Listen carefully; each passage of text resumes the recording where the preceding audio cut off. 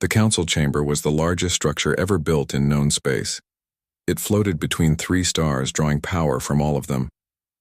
The chamber itself was a massive dome, big enough to hold a small moon inside. Today, like every meeting day, it was filled with the most powerful beings in the galaxy. The Vrex sat in the front row. They always did. Their bodies were covered in thick armor plates, dark red and black. Each Vrex stood nearly 3 meters tall, with 4 arms that could crush steel. They had conquered 47 worlds before joining the council. Everyone knew their strength. Everyone respected their power. The front row belonged to them by right of conquest. Next to the Vrex sat the Eldari. Their bodies glowed with soft blue light. They were smaller, more delicate, but their minds could reach across star systems. An Eldari could read thoughts from 100 kilometers away. They could move objects with their minds. They could kill with a single focused thought. They earned their front row seats through mental power that no other species could match. The Kree occupied the seats beside the Eldari. They looked like insects, but insects that built machines beyond anyone's understanding. Their ships moved faster than light without using traditional drives. Their weapons could crack planets. They spoke in clicks and whistles, translated by machines they invented. Technology was their strength, and it gave them their place. Behind these 3 sat the other mighty species, the Thorians, massive beings of living rock who could survive in the vacuum of space. The Zephyr, energy beings who barely had physical forms. The Collective, a hive mind that controlled billions of bodies. Row after row of powerful species, each one dangerous in their own way. And in the very back, almost hidden in the shadows of the great chamber, sat the humans. Sarah Chen settled into her seat and looked around. She was the human ambassador, chosen for this role after 30 years of service. Her hair was gray now, her face lined with age. She wore a simple blue uniform, nothing fancy. Around her sat the other human representatives, 12 in total. They spoke quietly among themselves, checking data pads and reviewing notes. A Vrex ambassador turned around in his front row seat. His name was Krax, and he was famous for his victories in battle. His forearms crossed over his massive chest. His voice boomed across the chamber, loud enough that everyone could hear. "I see the humans have found their proper place," Krax said. His mouth twisted into what might have been a smile. In the back, with the other weak species. How fitting. Some species laughed. Others remained silent. The humans did not react. Sarah simply looked at Krax, her expression calm. She did not smile. She did not frown. She just waited. Krax continued. 200 years you have been among the stars. 200 years, and what have you accomplished? You have no great conquest. Your ships are slow. Your weapons are weak. Your bodies break easily. You cannot even breathe in most atmospheres without machines to help you. He gestured at the rows between them. Every species here has earned their position. What have you earned? The back row, the last place, the seat of the powerless. An Eldari named Thessia spoke next. Her voice was like music, soft and clear.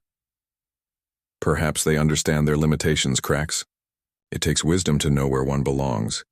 The humans have not challenged anyone. They have not declared war. They have simply existed. Quietly, in the background. Exactly, Krax said. They know they are nothing. They accept it. I respect that at least. Better to sit in the back than to pretend you belong in the front. Sarah finally spoke. Her voice was not loud, but it carried through the chamber. Thank you, Ambassador Krax, for your observation. We are indeed comfortable in our current seats. Krax snorted, a sound like grinding metal. Of course you are. What else can you do? He turned back to face the front. The council meeting began. The presider, a Zephyr who shimmered with golden light, called for order. The subject of today's meeting appeared on holographic displays throughout the chamber. Images of destroyed ships filled the air. Readings of unknown energy signatures. Reports from border stations, many of them silent now. The Devourers, the presider said, the name hanging in the air like poison. They have entered our galaxy, 3 border systems have gone dark. 2 more are under attack. The fleet sent to investigate has not returned. The chamber erupted in noise. Species spoke in 100 different languages, all at once. The translation system struggled to keep up. Krax stood, and his voice cut through the chaos. "Send the Vrex fleet. We will crush these devourers. We have never met an enemy we could not defeat. We will show them the power of the Council." Thessia stood next. "The Eldari will join this fight. Our mental powers will confuse and destroy them. No species can resist our combined will." The Kree representative, a being named Zik, clicked rapidly. The translator spoke for him. "The Kree will deploy our newest weapons. Our technology is superior to any biological force. These devourers will be eliminated efficiently." One by one, the front row species volunteered their fleets. Each one spoke of their strength, their power, their certainty of victory. They had never failed before. They would not fail now. The presider turned its attention to the back rows. "And what of the other species? Will you contribute to the defense?" Sarah stood. "Humanity will send ships to the border. We will assist in any way we can." Krax laughed again. "Will you watch from a safe distance? Will you hide behind our strength?"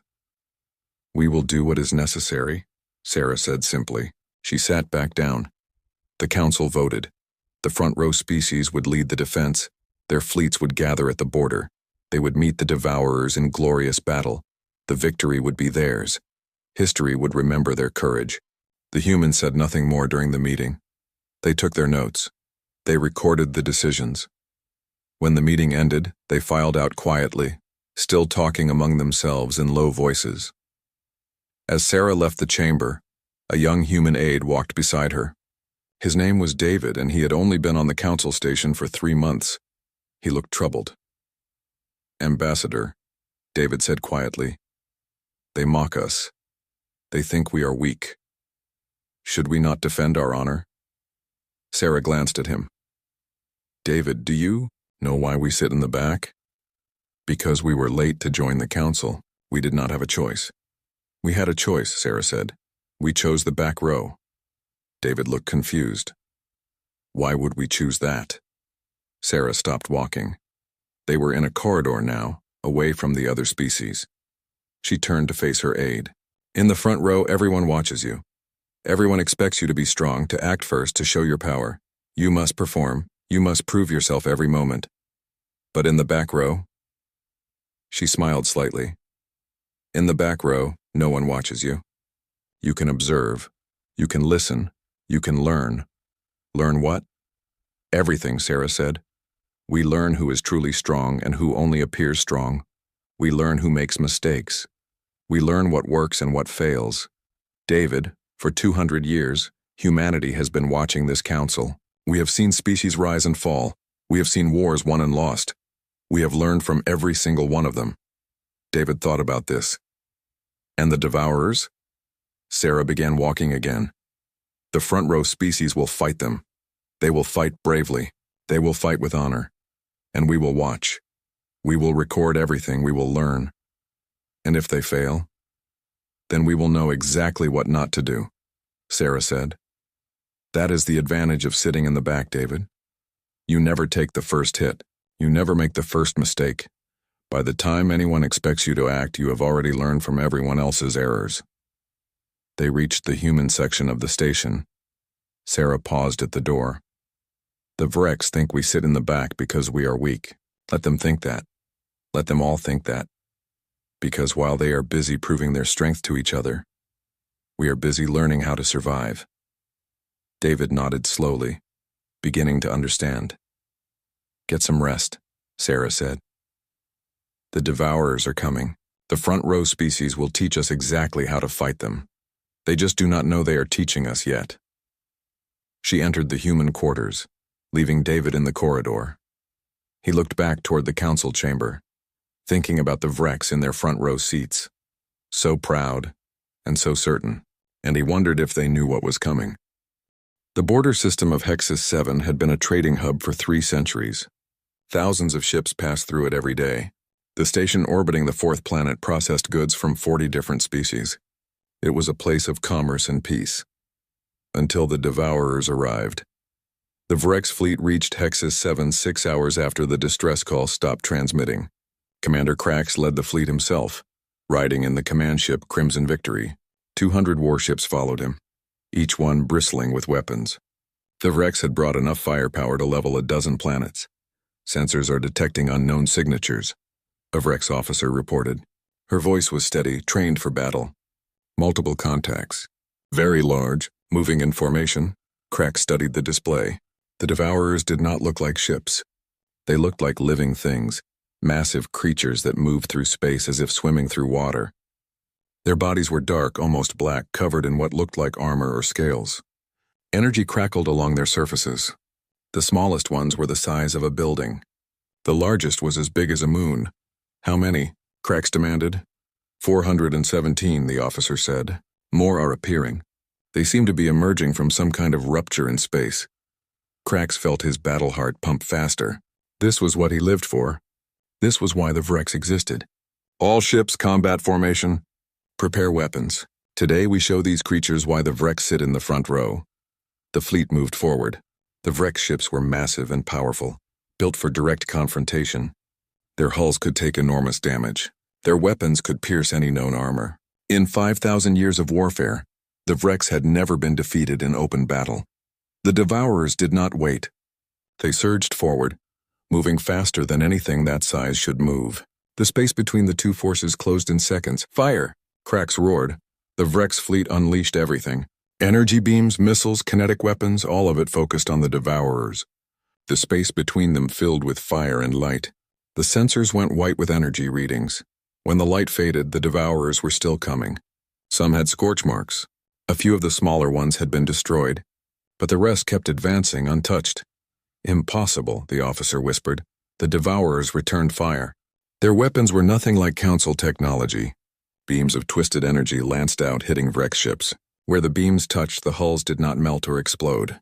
They just ceased to exist, as if reality itself had been erased. A Vrex cruiser vanished. One moment it was there, the next it was simply gone.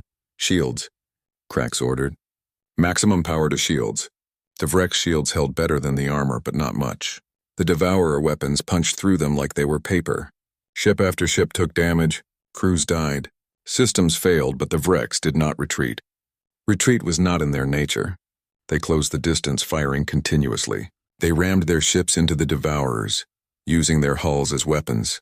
They boarded the creatures, Vrex warriors cutting their way inside with plasma blades. The battle lasted for 7 hours. It was brutal. It was bloody. And when it was finally over, the Devourers withdrew, disappearing back into the rupture in space. Krax stood in his command center, breathing hard. Around him, the crew was silent. The displays showed the cost. 81 ships destroyed. 43 more damaged beyond immediate repair. 30,000 Vrex warriors dead, but they had won. The Devourers were gone. Hexus 7 was saved. Send word to the Council, Krax said. The Vrex have achieved victory. The Devourers can be defeated.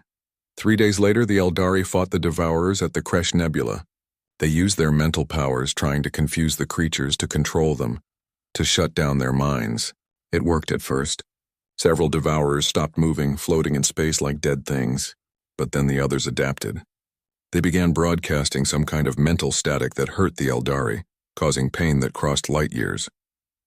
The Eldari fleet had to withdraw. They lost 37 ships before they could escape.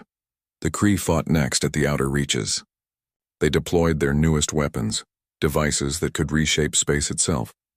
These weapons destroyed many Devourers, but for everyone that fell, 3 more appeared. The Kree discovered that their technology, for all its advancement, required time to charge and aim. The Devourers did not give them time.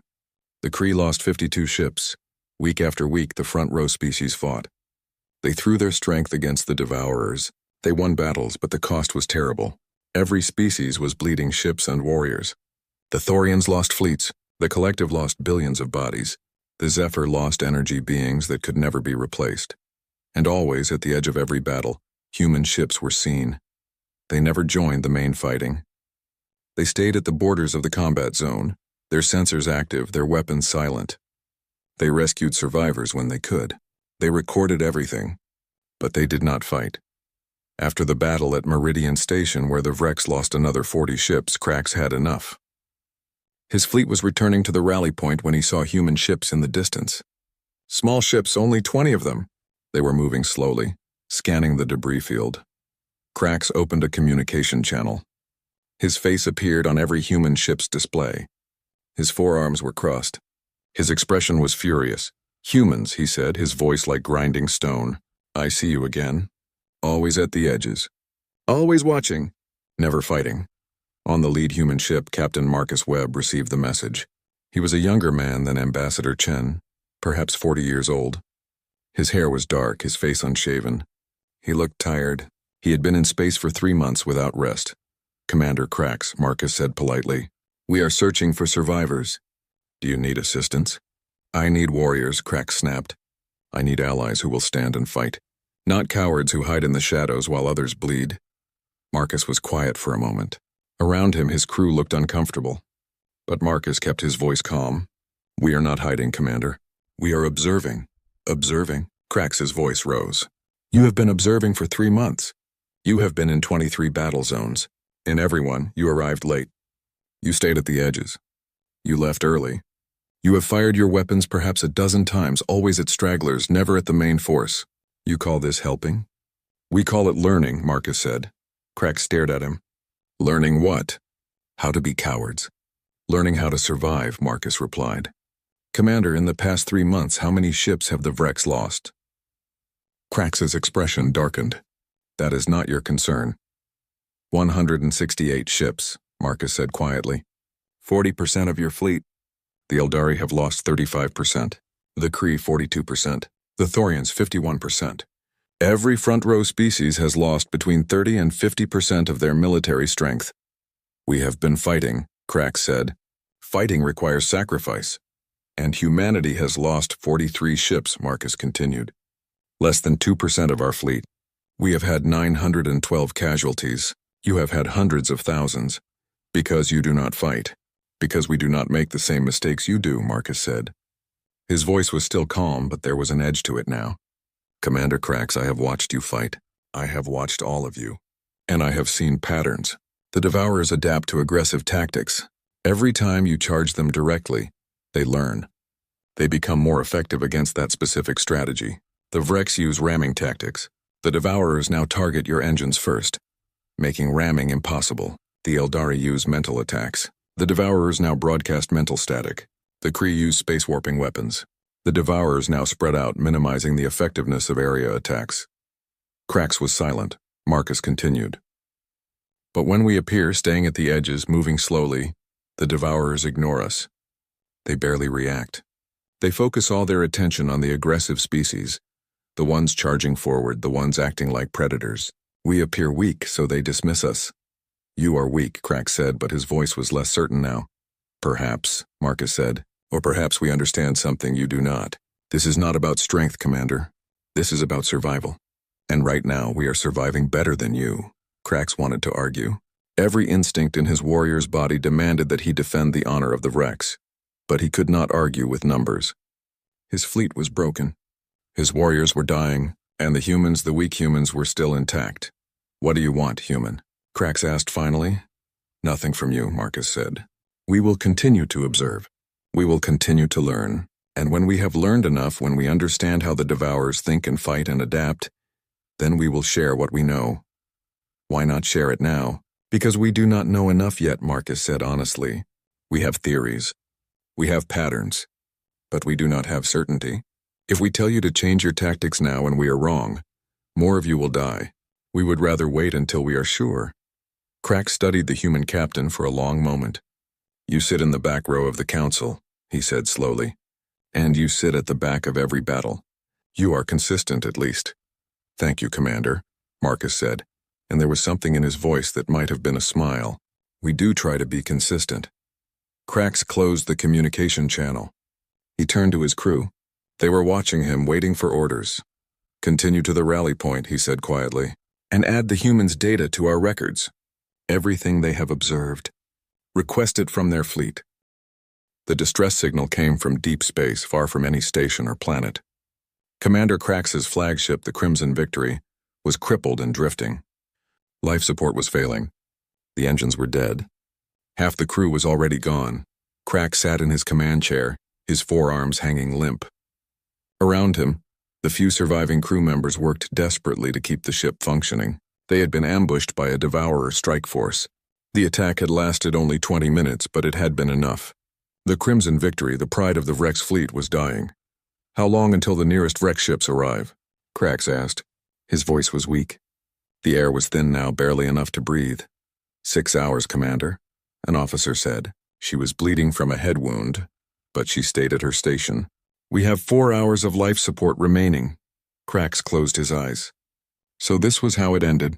Not in glorious battle, but floating in the dark, waiting for air to run out. Perhaps it was fitting. The Vrex had been proud for too long. The galaxy was teaching them humility. Sir, another officer called out. Ships approaching. Unknown signatures. Krax opened his eyes. Devourers? No, sir. Council signatures. Reading as human ships. Krax felt something twist in his chest. Of course, the humans. Always watching. Always arriving after the battle was over. How many? 12 ships, sir. Small ones. Rescue vessels. The human ships surrounded the Crimson Victory. Airlocks connected. Human rescue teams came aboard wearing environment suits. They moved quickly and efficiently, no wasted motion. They set up portable life support systems. They treated the wounded. They worked in silence, professional and calm. Krax watched them work on his crew. These small, fragile creatures in their bulky suits, so weak compared to the Vrex. Yet they were alive and his warriors were dying. Captain Marcus Webb came to the command center. He removed his helmet, revealing his tired face. Commander Krax, we are evacuating your crew to our ships. You have 53 survivors. We can accommodate all of them. Why are you here? Krax asked bluntly. Did you follow us to watch us fail again? Marcus looked at him steadily. We were in the sector conducting surveys. We received your distress call. We came to help. Surveys, Krax said bitterly. While we fight and die, you take notes. Yes, Marcus said simply. He did not apologize. He did not look ashamed. Krax tried to stand, but his body was too weak. The thin air had sapped his strength. I do not understand you humans. You have ships. You have weapons, yet you refuse to fight. Are you truly cowards, or is there something else? Marcus pulled up a chair. It was too small for a Vrex, but Krax was too tired to care about sitting in furniture meant for humans. May I show you something, Commander? Krax gestured weakly. Show me whatever you wish.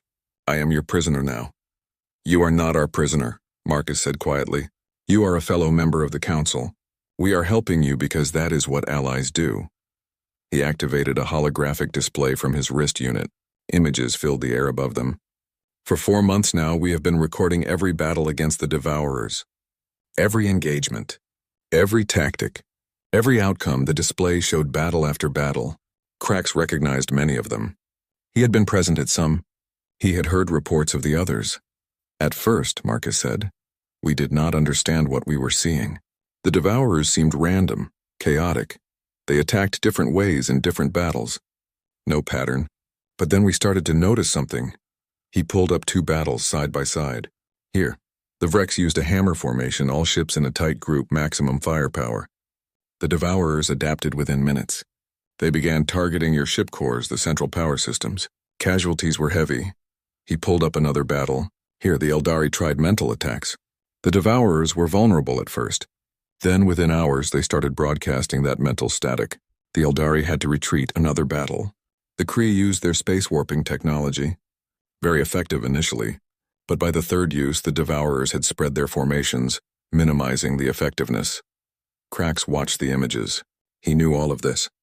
He had lived through it. The pattern, Marcus said, is adaptation. The Devourers learn, fast. They identify threats and evolve countermeasures within hours, sometimes minutes.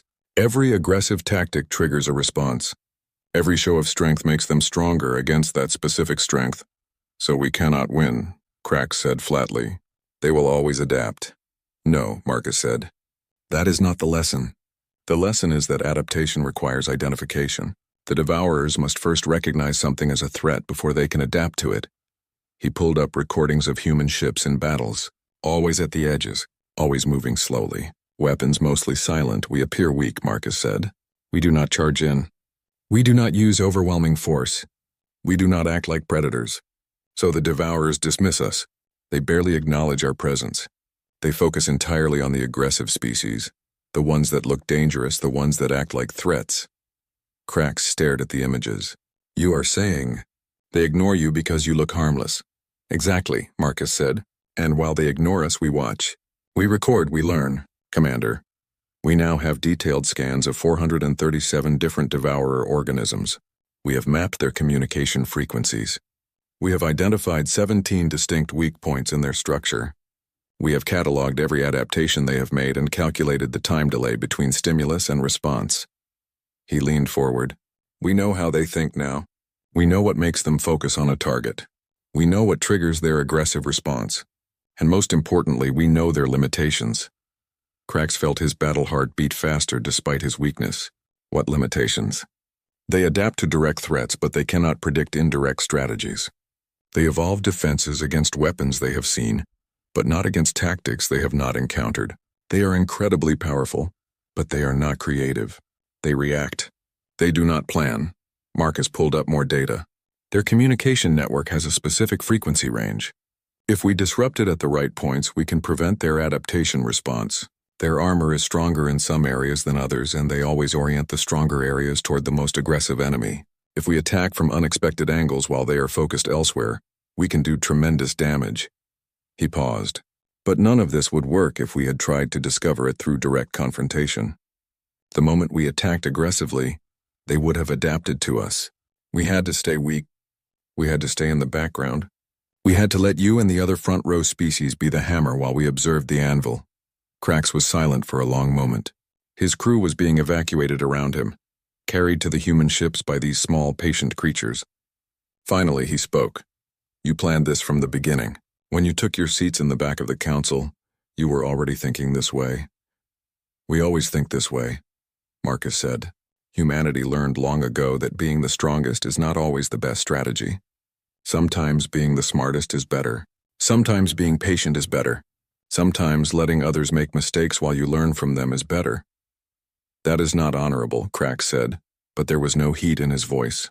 No, Marcus agreed, but it is effective. Commander, your people value honor. You value strength. You value courage. These are good things, noble things, but sometimes they blind you. You see battle as a test of character. You think that the bravest and strongest should win, but the devourers do not care about honor. They care about efficiency. They are not warriors. They are predators, and predators do not fight fair. He stood. We humans, we have been prey animals. In our own history, we were hunted by creatures stronger and faster than us. We survived not by being the mightiest, but by being clever, by learning, by adapting, by working together, and by knowing when to hide and when to strike. Krax looked at this human, this small, weak creature who had just explained how humanity had spent 4 months learning from the suffering of others. He should have been angry. He should have been insulted. But he was not.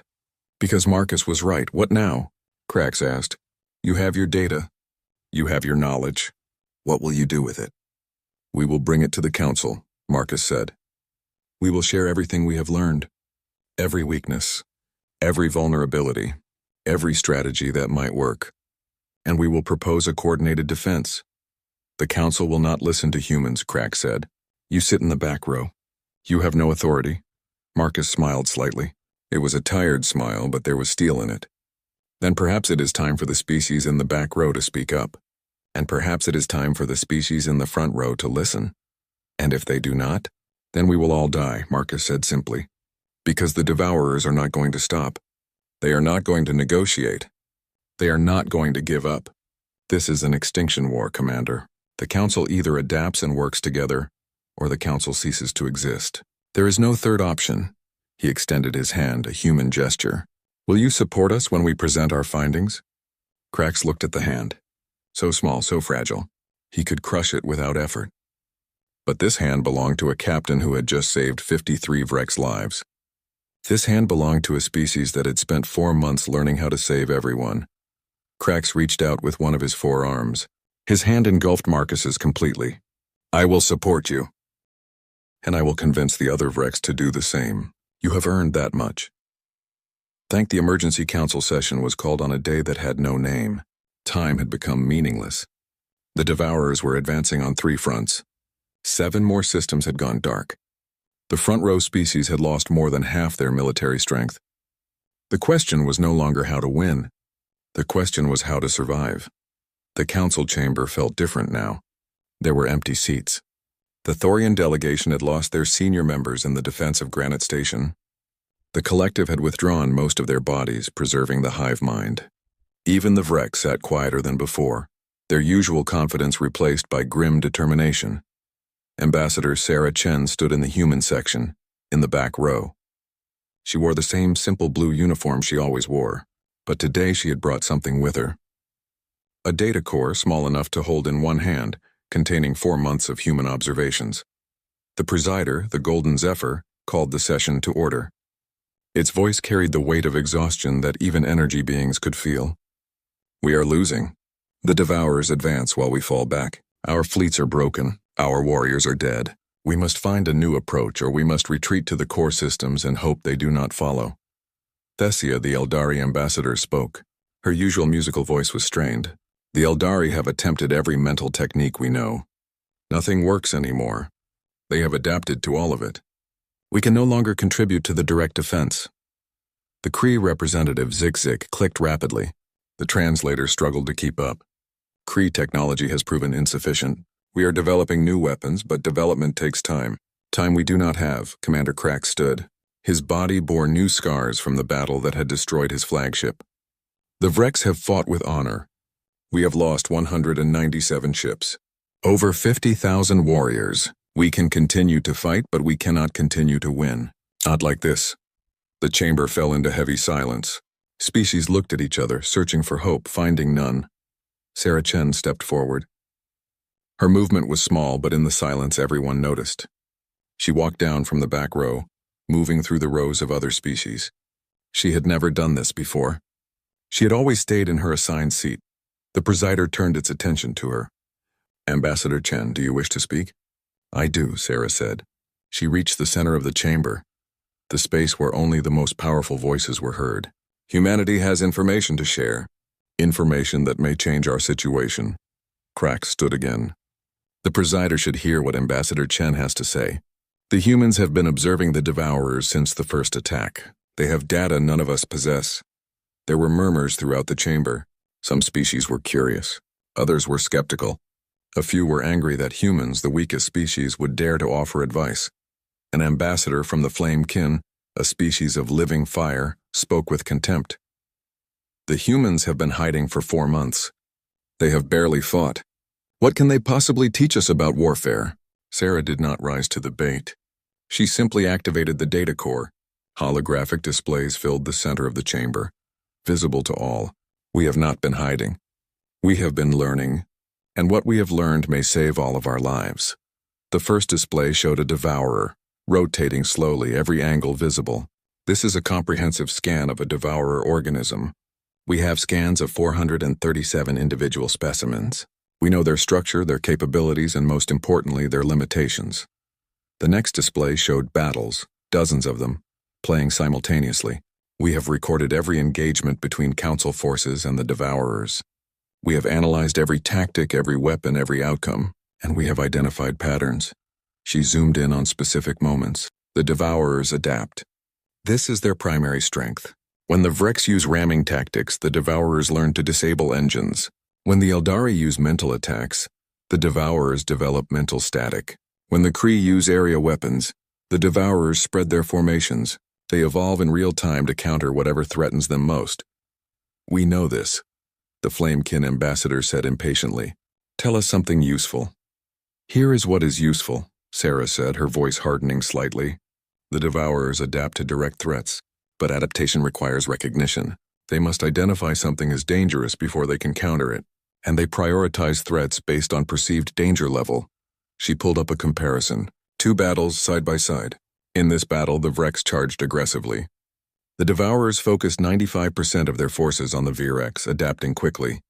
Vreks casualties were severe. In this battle, human ships were present at the edge. The Devourers devoted less than 2% of their attention to us. Why? She answered her own question. Because we did not appear threatening. We did not charge. We did not use overwhelming force. We acted like scavengers, not predators. And the devourers dismissed us. Thessia leaned forward. You are saying they make tactical decisions based on behavior. Exactly, Sarah said. They are not mindless. They are intelligent, but their intelligence is focused on adaptation to threats.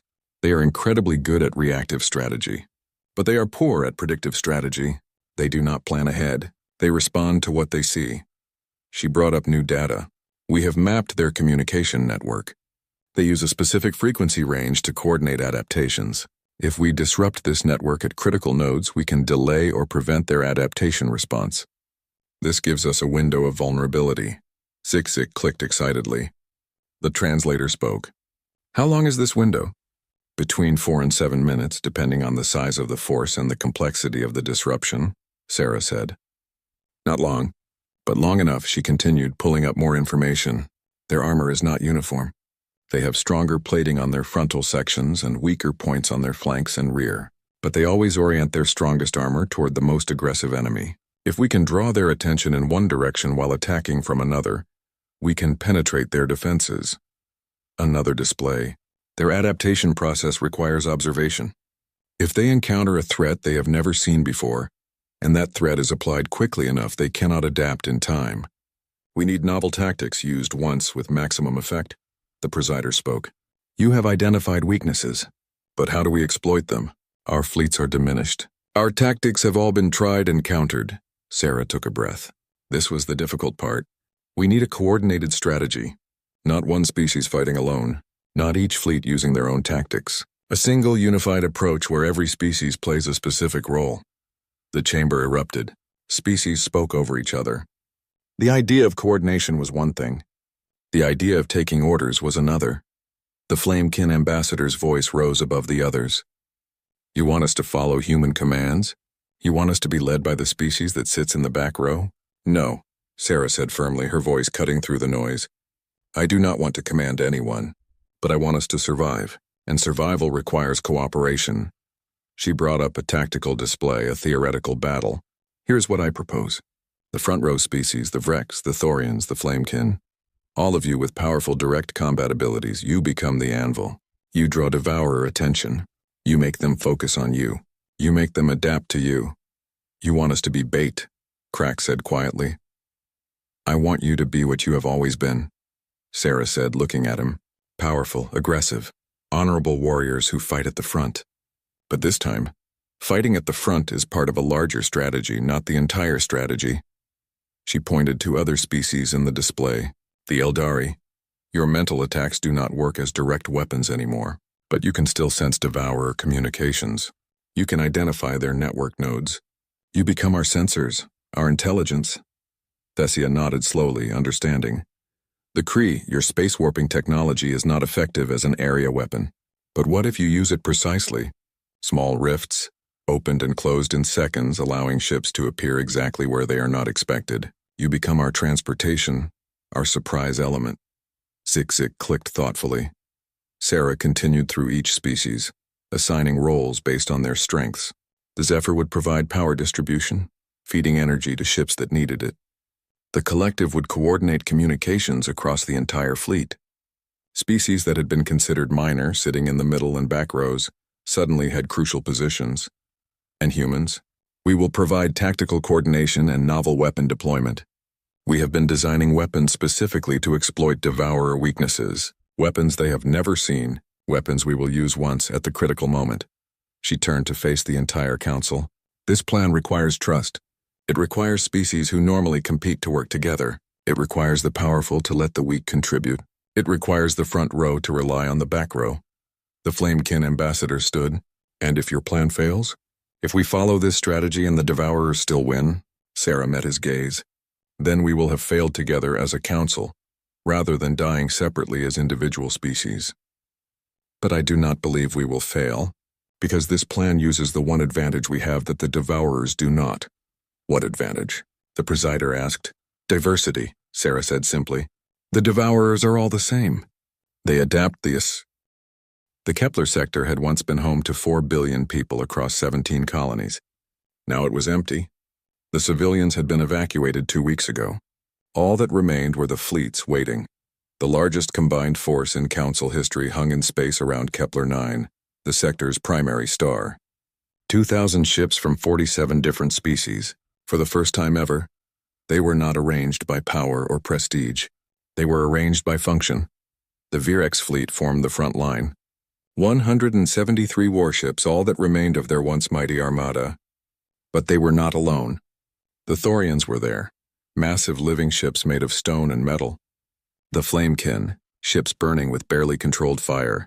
The Razak, aggressive hunters who had never retreated from a fight. Every species known for direct combat was there, ready to draw the enemy's attention. Behind them, arranged in a careful pattern, were the support ships. The Eldari, their vessels glowing with soft blue light, prepared to scan and interpret Devourer communications. The Kree, their strange angular ships ready to tear rifts in space. The Zephyr, pure energy beings ready to feed power to any ship that needed it. Dozens of other species, each with a specific role, each essential to the plan. And at the very back, almost invisible against the dark of space, were the human ships. 300 vessels, not warships, but something else, something new. On the bridge of the human flagship Unity, Captain Marcus Webb stood beside Ambassador Sarah Chen. For this battle, humanity had decided both perspectives were needed. The soldier and the diplomat. The front and the back. All ships report ready, Marcus said, checking his displays. The Devourers will arrive in approximately 10 minutes. Sarah nodded. She was calm, but Marcus could see the tension in her shoulders.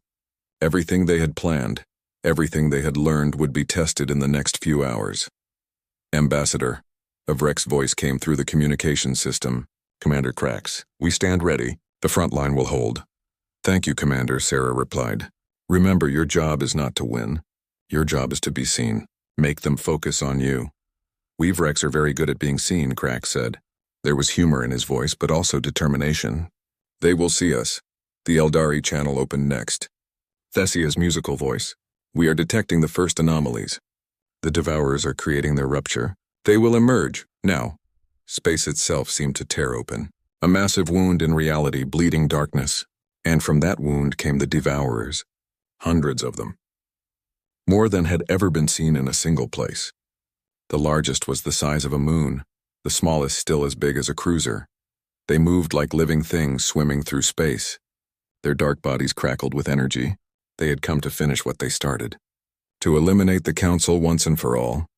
All frontline ships, Krax's voice boomed across the fleet channel. For our worlds. For our honor. Forward. The Vrex charged. The Thorians followed. The Flamekin and Razak and a dozen other warrior species surged forward, weapons blazing. They looked like an avalanche of fire and fury, impossible to stop. The Devourers reacted immediately. Their attention focused entirely on the charging fleet. They adapted their formations, spreading to absorb the attack. They began to power their weapons, those terrible beams that erased matter from existence. They are taking the bait, Thessia reported. 97% of Devourer forces are orienting toward the front line. They are prioritizing the Vrex as the primary threat. Phase 1 successful, Sarah said quietly. Begin Phase 2. Eldari, find their network nodes. The Eldari ships pulsed with light. Their mental abilities, useless as weapons, were perfect for sensing patterns. We have them. 7 primary nodes coordinating adaptation responses, transmitting coordinates now. On the Unity's display, 7 points lit up within the Devourer formation. These were not physical locations, but points in space where communication was densest. Kree, Sarah said. Disruption rifts at marked coordinates. Execute. The Kree ships flickered. Space itself seemed to bend around them. Then at each of the 7 points, reality cracked. Not large rifts, just small tears, precisely placed exactly at the frequencies the Devourers used to communicate. For the first time since the war began, the Devourers hesitated. Their coordinated movements became confused. Individual creatures started adapting in different directions, no longer synchronized. Disruption successful. Zik clicked rapidly. Estimated window of vulnerability, 5 minutes, 40 seconds. All strike teams, Marcus said, his voice sharp with command. You have your targets. The window is open. Go now. 30 small fleets detached from the main force. Each was a mix of species chosen for speed and precision.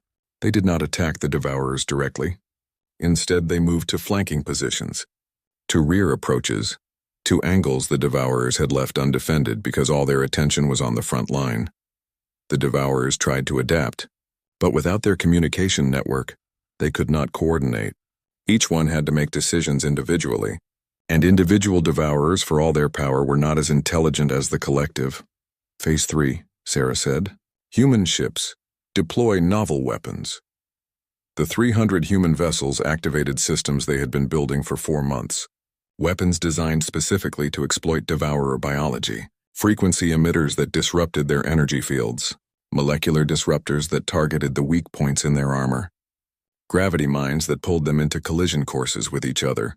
The weapons were not overwhelming. They were not flashy. But they were precise and they were unexpected. And the Devourers had never seen anything like them. A Devourer the size of a city shuddered as human frequency emitters hit its energy field. The field collapsed and suddenly the creature was vulnerable. A Thorian ship rammed into it at full speed, crushing through its unprotected body. Another Devourer tried to turn, to face this new threat, but gravity mines activated around it. It was pulled into 3 other Devourers and the collision damaged all of them. The battle was not easy. Ships still died. Warriors still fell. The Vrex lost another 20 vessels. The Flamekin lost half their fleet. But for every council ship that fell, 10 Devourers died. 4 minutes remaining, Marcus said. All ships, maximum effort. Hit them while they are still confused. The council fleet struck with everything they had. Not the wild, aggressive charges of before, but coordinated strikes. The front line held attention. The flanking forces hit weak points. The support species enabled and enhanced every attack. And the humans provided the weapons that the Devourers could not counter. They are starting to re-establish communications, Thessia warned. The network is reforming. Kree, Sarah said immediately. Can you disrupt again? Negative, Zig replied. They are adapting to the disruption. New frequencies. We can slow them but not stop them. Sarah and Marcus looked at each other. This was the moment they had prepared for, the moment when adaptation would begin again. All ships, Sarah said, her voice calm but carrying across every channel. Withdraw to defensive formation Alpha. You have done your part. Now we finish this. The Council fleet pulled back, moving into a tight sphere around the human vessels. The Devourers, their communications restored, began to regroup. They had lost many, but hundreds remained. And now they would adapt to everything the Council had thrown at them. But as they oriented their strongest armor toward the Council fleet, as they prepared their weapons, as they began the process of becoming invulnerable to the tactics that had hurt them, the human ships did something unexpected. They moved forward, all 300 of them, not charging aggressively but moving steadily, deliberately, and they were not firing their exotic weapons anymore. They fired their basic weapons. Standard missiles, common energy beams, technology the Devourers had seen 1,000 times before, technology they had already adapted to, technology that should not hurt them. Except the humans were not aiming at the Devourers. They were aiming at each other's missiles, at each other's energy beams, creating a web of intersecting fire that formed patterns in space, complex mathematical patterns that converged on single points. Where the patterns converged, something new happened. The energy did not dissipate. It resonated. It amplified. It became something that was not a weapon the Devourers had seen, but a combination of weapons creating an effect no single ship could produce. Resonance bombs. Formed from the interference patterns of multiple conventional weapons, fired in precise synchronization. The humans had spent 4 months calculating the exact firing solutions needed. They had practiced the timing. They had made sure that when 300 ships fired together, their combined fire would create something new. The resonance bombs hit the Devourers and expanded through their bodies, shattering them from the inside. The creatures tried to adapt, but how do you adapt to basic weapons you have already adapted to? How do you defend against fire that only becomes dangerous when combined in a specific pattern? The answer was that you could not. Not quickly enough. In 17 minutes, the remaining Devourer force was destroyed. Not a single creature escaped. The rupture in space closed. The Kepler sector fell silent. On the Unity, Marcus let out a breath he had been holding for hours. Around him, his crew was cheering, crying, embracing each other. Sarah simply closed her eyes for a moment.